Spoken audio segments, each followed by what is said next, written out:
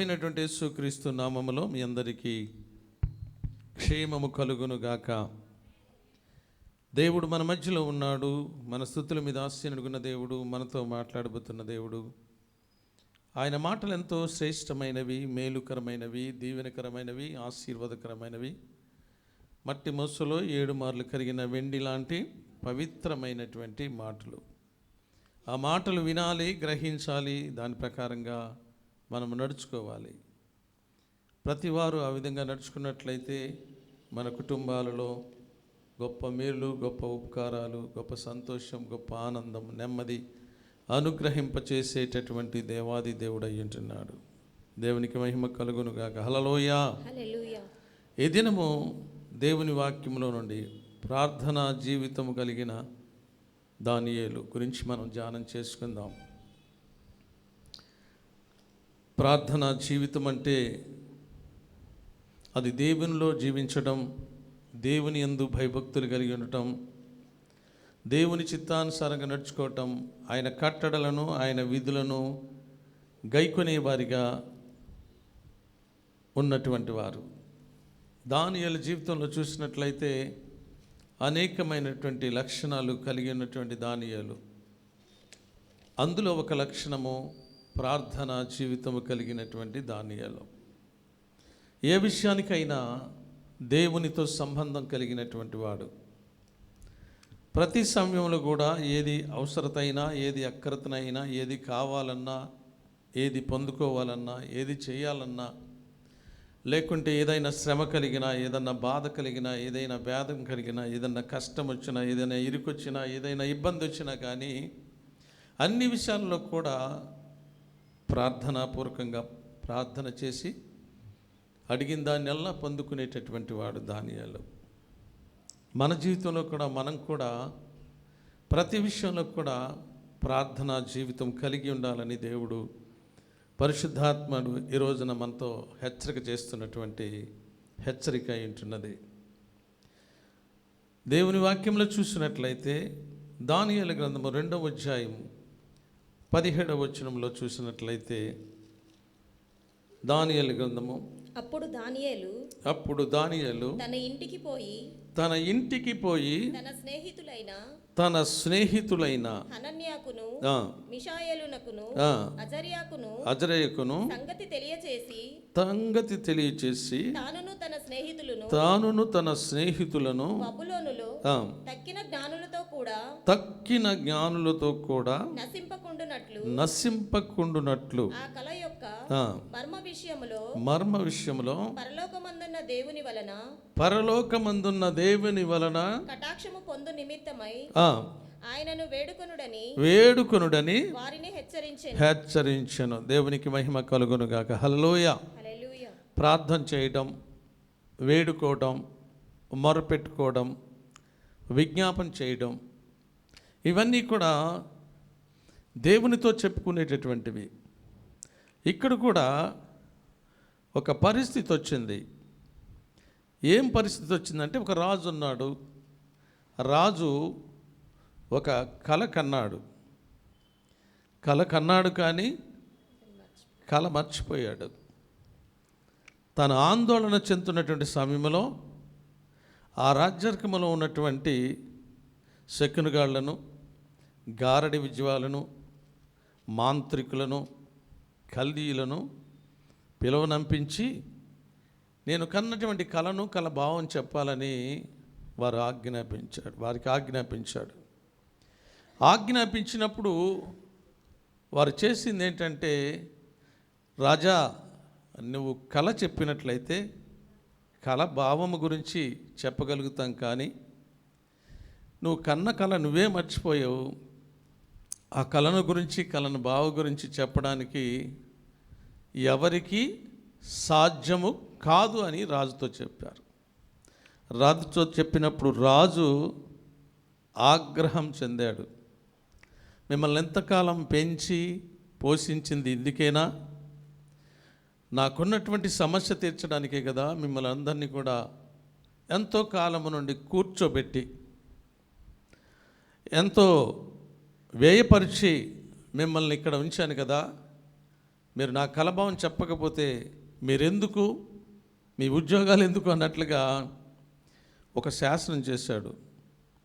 ఎక్కడంటే ఆ రాజ్యములో ఉన్నటువంటి అక్కడ ఉన్నటువంటి మాంత్రికులను కానీ, శకునిగాళ్ళని కానీ, గారడి ఉద్యోగాలు కానీ, లేదంటే అక్కడ ఉన్నటువంటి జ్ఞానము కలిగినటువంటి ప్రధానులైనటువంటి వారందరినీ కూడా ఈ కలభావం చెప్పకపోతే కనుక వీరిని సంహరించేయండి అని ఒక శాసనం చేశాడు.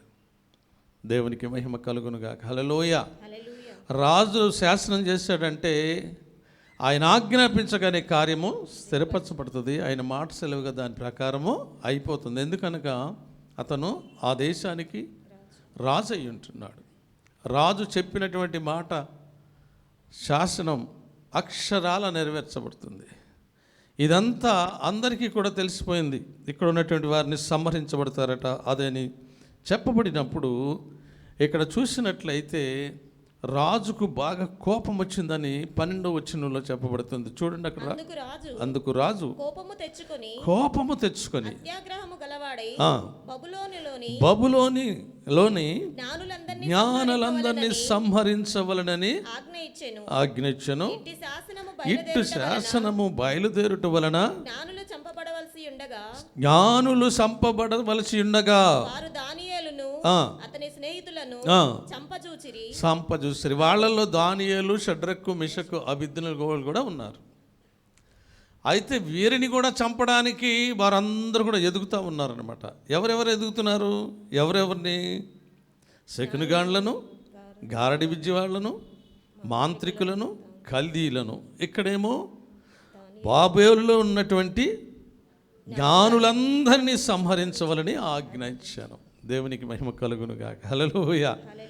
శాసనం అయిపోయింది, సంహరించాలని ఆజ్ఞ వచ్చింది. వీరి కోసం ఎదుగుతూ ఉన్నటువంటి సమయంలో అప్పుడు దానియేలు, చదువమ్మా. అప్పుడు దానియేలు బబులోనులోని జ్ఞానులను చంపుటకై బయలుదేరిన రాజదేశ సంరక్షకుల అధిపతియగు అర్యోకు దగ్గరకు పోయి జ్ఞానయుక్తముగా మనవి చేసెను. దేవునికి మహిమ కలుగునుగాక. హల్లెలూయా. దానియేలుకు ఇంకో లక్షణం ఏంటంట?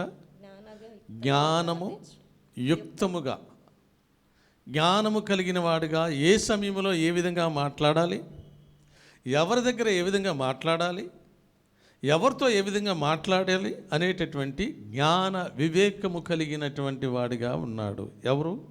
దానియేలు. అన్నిటికంటే ముఖ్యముగా తనలో ఉన్నటువంటి శ్రేష్టమైనటువంటి లక్షణం ఏంటంటే ప్రార్థన జీవితము కలిగినటువంటి దానియేలు.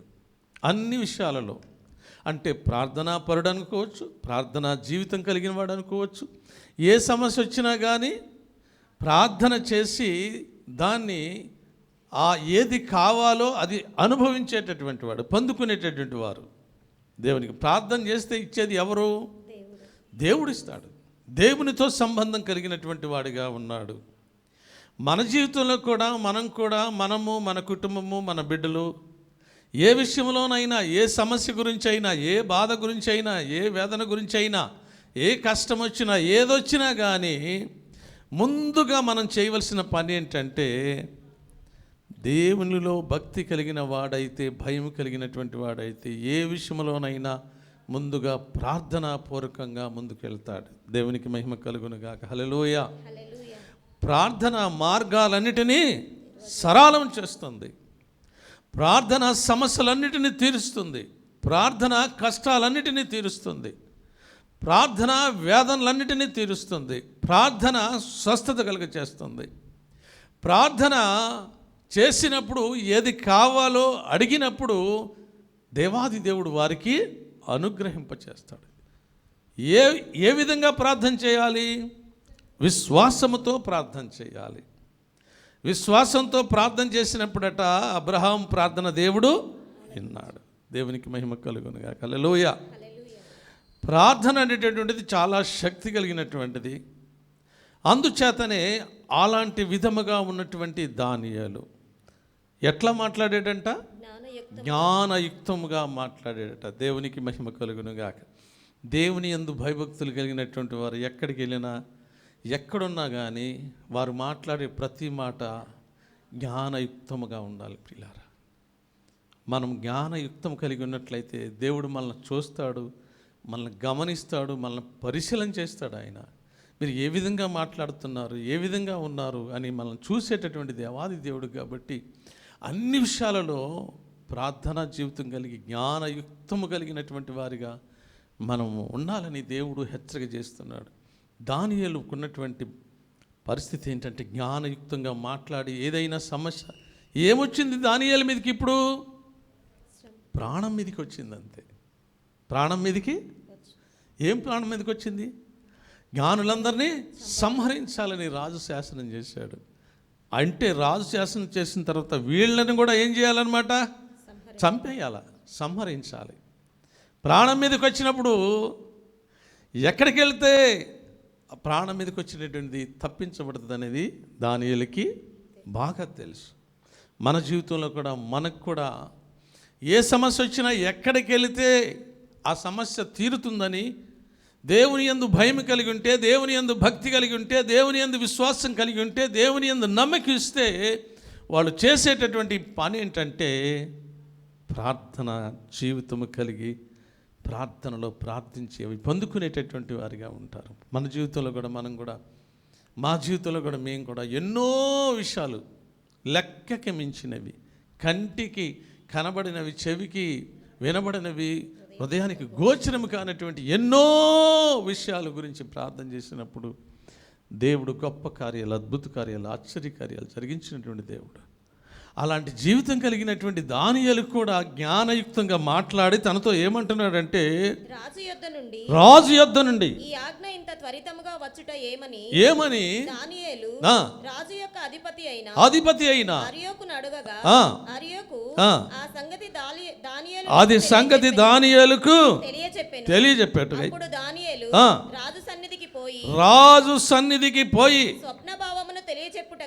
స్వప్న భావము తెలియచెప్పుటకై తనకు సమయము దయచేయమని రాజును బతిమాలెను. దేవునికి మహిమ కలుగును గాక. రాజు దగ్గరికి వెళ్ళటానికి అర్హత ఉంది. రాజు దగ్గరికి వెళ్ళి ఏం చేశాడంట? బ్రతిమలాడుతున్నాడట. దేవునికి మహిమ కలుగును గాక. హల్లెలూయా. ఎందుకు బ్రతిమలాడవలసి వచ్చిందంటే శాసనం అక్కడ ఆగాలి. రాజు చేసినటువంటి శాసనం ఆగకపోతే ఏం జరుగుతుంది? అక్కడ ఉన్నటువంటి జ్ఞానులందరినీ కూడా చంపేస్తారు, సంహరిస్తారు. అందుచేతనే రాజు దగ్గరికి వెళ్ళి, అయ్యా నాకు సమయం ఇయ్యి, ఇదిగో అసలు సంగతి ఏంటి? కలగన్నాడు, మర్చిపోయాడు. కల చెప్పాలి, కల భావం చెప్పాలి. దేవునికి మహిమ కలుగును. ఇది మనుషులకి సాధ్యమేనా? నేను కలగన్నా మిమ్మల్ని చెప్పండి అంటే నేను మర్చిపోయానంటే ఇది సాధ్యమా? ఒక వ్యక్తి ఏదన్నా కలగన్నాడంటే ఎవరన్నా అడిగితే కల భావం చెప్పండి అంటే సాధ్యమా? అది ఎవరికి, మనుషులైనటువంటి వారికి ఎవరికి కూడా సాధ్యం కాదు ప్రియులారా. కానీ దానియేలు అంటున్నాడు, అయ్యా నీ కల కన్నావు కానీ కల మర్చిపోయావు. కల భావము చెప్పాలంటే నాకు ఎంత ధైర్యం ఉండాలి దానియేలుకి. ఎంత వివేకము కలిగిన వాడు, దేవునితో ఎంత సంబంధం కలిగినటువంటి వాడు, ఎంత ధైర్యంగా రాజు దగ్గర మాట్లాడుతున్నాడు అంటే, అయ్యా నాకు సమయం ఇస్తే కనుక నేను ఈ పని తప్పనిసరిగా నువ్వు కల భావం నేను చెప్తా అంటున్నాడు. దేవునికి మహిమ కలుగునుగా. హల్లెలూయా. అలాంటి ప్రార్థనా జీవితం కలిగినటువంటి వాడిగా ఉన్నాడు. అందుగురించే దేవుని వాక్యంలో సామెతల్లో ఉంటుంది, 28వ అధ్యాయంలో మొదటి వచనంలో ఏముంటుందంటే, నీతిమంతుడంట సింహము వలె ధైర్యముగా ఉంటాడట. దేవునికి మహిమ కలుగునుగా. హల్లెలూయా. దానియేలు నీతిమంతుడా? నీతిమంతుడైనటువంటి వాడు ధైర్యంగా ఉన్నాడు. ఒక రాజు దగ్గరికి వెళ్ళాలంటే ఎవరెవరికి శకునగాళ్ళకి కానీ, గారడి విద్య వాళ్ళకి కానీ, మాంత్రికులు కానీ, కలీలు కానీ, ఉన్న జ్ఞానులకి ఎవరికి ధైర్యమో లేదు. ఇతనికి ఎందుకు వచ్చింది ధైర్యం అంటే, అతనిలో ఉన్న ధైర్యం ఏంటంటే, నేను నమ్మిన దేవుడు నేను అడిగిందల్లా ఇస్తాడు ఆయన అని ఒక గొప్ప నమ్మకం. అందుగురించి ఒక దగ్గర ఏముంటుంది, మనం అడిగిన దానికంటేను, ఊహించిన దానికంటేను అత్యధికమైన దాన్ని దేవుడు ఇస్తాడని నమ్మి మనము ప్రార్థన చేయాలి. అలాంటి ధైర్యం కలిగినటువంటి వాడు దానియేలు జీవితంలో చూసినట్లయితే రాజు దగ్గరికి వెళ్ళి ధైర్యంగా అడుగుతున్నాడు, రాజా నేను కలభావం చెప్తాను, కలను నువ్వు కలభావం చెప్తాను, వారెవరు చెప్పపోయినా నాకు సమయం కావాలని అడిగినప్పుడు చూడండి అక్కడ ఏమంటాడు. అప్పుడు దానియేలు ఇంటికి పోయి ఏం చేశాడు, రాజుని అడిగితే రాజు ఏం చేశాడు, సమయము ఇచ్చాడు. దేవునికి మహిమ కలుగునుగాక. హల్లెలూయా. సమయం ఇవ్వాలన్నా కానీ రాజు తన మనసు మారాలంటే ఎవరు మారుస్తారు? రాజుల మనస్సును దేవుని ఎదుట ఎట్లా ఉన్నాయంట, నీటి కాలువల్లాగా ఉన్నాయట. దేవునికి మహిమ కలుగునుగా. దానియేలు ఎప్పుడైతే బ్రతిమలాడాడో రాజు నీటి కాలువల్లాగా కరిగిపోయాడు అనమాట. అంతే. దేవునికి మహిమ కలుగునుగా. హల్లెలూయా. కరిగిపోయి ఏం చేశాడు, ఇదిగో నీకు సమయం ఇస్తున్నాను అన్నాడు. ఎవరికి ధైర్యం సరిపోలేదు. అలాంటి ధైర్యవంతుడిగా ఉన్నాడు, అలాంటి భక్తి కలిగిన వాడిగా ఉన్నాడు, అలాంటి భయం కలిగినటువంటి వాడిగా ఉన్నాడు, అలాంటి ప్రార్థనా జీవితం కలిగినటువంటి వాడిగా ఉన్నాడు. మనం కూడా ప్రార్థనా జీవితం కలిగి ఉంటే కనుక మన భక్తికి అది సార్థకమై ఉంటున్నది. ఒకవేళ అలాంటి ప్రార్థనా జీవితం లేకపోయినట్లయితే మన భక్తి సార్థకమైనటువంటిది కాదు, నిరర్థకమైపోతుంది. ఏ విషయంలో అయినా కొంత ఆలస్యమైనప్పటికీ పట్టుదలతో మనం ప్రార్థన చేస్తే దేవుడు తప్పనిసరిగా ప్రార్థన విని ప్రతిఫలం ఇస్తాడు దేవుడు. అది ఏదైనా కావచ్చు, ఏ సమస్య అయినా కావచ్చు. అందు గురించి దానియేలు సమయం అడిగి చేసిన పని ఏంటంటే తన స్నేహితుల దగ్గరికి వచ్చాడు. తన స్నేహితులైన ఈ సంగతి తెలియచేసి తానును తన స్నేహితులను తక్కిన జ్ఞానులతో కూడా నశింపకుండునట్లు ఎవరికి చెప్పుకుంటున్నారు వెళ్ళి? పరలోకమందున్నటువంటి దేవునికి కటాక్షము పొందు నిమిత్తము ఆయనను వేడుకొనుడని దేవునికి మహిమ కలుగునుగా. హల్లెలూయా. ప్రార్థించటం మొదలు పెట్టారు, వేడుకుంటున్నారు, బ్రతిమలాడుతూ ఉన్నారు. ప్రభువా, ఈ బబులోనులో మమ్మల్ని సంహరించాలని రాజు శాసనం చేశాడు.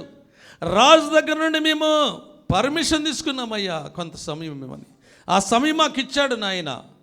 నువ్వు సర్వాధికారం కలిగినటువంటి దేవుడవు, నువ్వు సర్వజ్ఞుడైనటువంటి దేవాది దేవుడవు నాయన. నువ్వు చూస్తున్న దేవుడవు, గమనిస్తున్న దేవుడు, పరిశీలన చేస్తున్నటువంటి దేవాది దేవుడు. కాబట్టి రాజు కలను కల భావము చెప్పగలిగిన సామర్థ్యం కలిగిన దేవుడవు నీవేనయ్యా అని ఆయనను వేడుకుంటున్నాడు. దేవునికి మహిమ కలుగునుగా. హల్లెలూయా. ఎంత గొప్ప సంగతి. ఆయన కంటికి కనబడనటువంటి దేవుడు అయినను వాళ్ళు దేవుని యందు నమ్మిక ఉంచారు, దేవుని యందు విశ్వాసం ఉంచారు.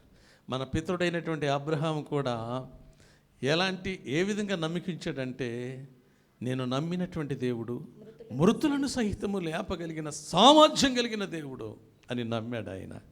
దేవునికి మహిమ కలుగునుగా. హల్లెలూయా. ఎట్లా నమ్మాడంటే, మొట్టమొదటిగా అబ్రహామును పిలిచిన తర్వాత అన్నీ విడిచిపెట్టి వచ్చేసిన తర్వాత అబ్రహాం చేసిన పని ఏంటంటే, ఆదికాండం 12వ అధ్యాయంలో 8వ వచనంలో ఉంటుంది. అక్కడ నుండి అతడు బయలుదేరి బేతేలునకు తూర్పునున్న కొండకు చేరి బేతేలునకు గుడారము వేసి యెహోవాకు బలిపీఠము కట్టి యెహోవా నామమున ఏం చేశాడంట? ప్రార్థన చేశాడట. దేవునికి మహిమ కలుగునుగాక. హల్లెలూయా. దాన్నే బలిపీఠం అంటున్నామంటే మనము ప్రార్థన బలిపీఠము. దేవునికి మహిమ కలుగునుగాక. హల్లెలూయా. ప్రార్థన బలిపీఠం కట్టుకొని ఏదొచ్చినా, ఏ కష్టం వచ్చినా, ఏ బాధ వచ్చినా, ఏదొచ్చినా కానీ ప్రార్థన బలిపీఠం దగ్గర ప్రార్థన చేసినప్పుడు దేవుడు ఆ ప్రార్థన విని ప్రతిఫలం ఇస్తాడు. దానియేలు కూడా ప్రార్థన బలిపీఠం కట్టుకున్నాడు. దానియేలు, షడ్రకు, మిషకు, అబేద్నెగోలు కూడా ప్రార్థన బలిపీఠం కట్టుకున్నారు. వాళ్ళకు ఒక నమ్మకం ఉంది ప్రియులారా. ఏ నమ్మకం అంటే, మేము అడిగింది దేవుడు తప్పనిసరిగా మాకు ఇవ్వగలిగిన సామర్థ్యం కలిగిన దేవుడు అని నమ్మారు వాళ్ళు. మన జీవితంలో కూడా, మన కుటుంబంలో కూడా మనం విశ్వాసులమని చెప్పుకునేటటువంటి వారము, భక్తి కలిగి భయం కలిగి ఉన్నటువంటి వారు చెప్పుకునేటటువంటి వారం ఎట్లా ఉండాలంటే, మన గృహంలో ప్రార్థన బలిపీఠం ఉండాలి. మీ ఇంటిలో ప్రార్థన బలిపీఠం లేకపోయినట్లయితే నువ్వు వచ్చేదాన్ని నువ్వు ఏమాత్రం కూడా నువ్వు ఎదుర్కొనలేవు, తప్పించుకోలేవు. అందుగురించి ఇంకో దగ్గర అంటాడు, యేసయ్య అంటాడు, రాబో ఉగ్రతను తప్పించుకోవటానికి మీరు మెల్లకవగా ఉండి మీరు ప్రార్థన చేయండి. దేవునికి మహిమ కలుగునుగాక. హల్లెలూయా. అందుచేతనే ప్రియులారా, మన పితృడైనటువంటి అబ్రహాం ప్రార్థన బలిపీఠాన్ని కట్టుకున్నాడు. మనం కూడా ప్రార్థన బలిపీఠం కట్టుకోవాలి. మీకుందా? మీ బిడ్డలను ఆ విధంగా నడిపిస్తున్నారా? మీ భర్తలను ఆ విధంగా నడిపిస్తున్నారా? మీ భార్యలను ఆ విధంగా నడిపిస్తున్నారా? మీ కుటుంబాన్ని ఆ విధంగా నడుచుకుంటున్నారా? ప్రతిదినం ప్రార్థన బలిపీఠంలో మీరు కూర్చొని దేవునికి ప్రార్థన చేస్తున్నారా? మీ సంగతులన్నీ తెలియజేస్తున్నారా? ఆయనకు మీకు సంబంధం ఉందా లేదా? ఒకవేళ లేకపోతే నువ్వు విశ్వాసవి కాదు. నువ్వు ఏదో అనాలి. ఇంతకాలము నుండి దేవుని మాటలు వింటున్నాం పిల్లరా.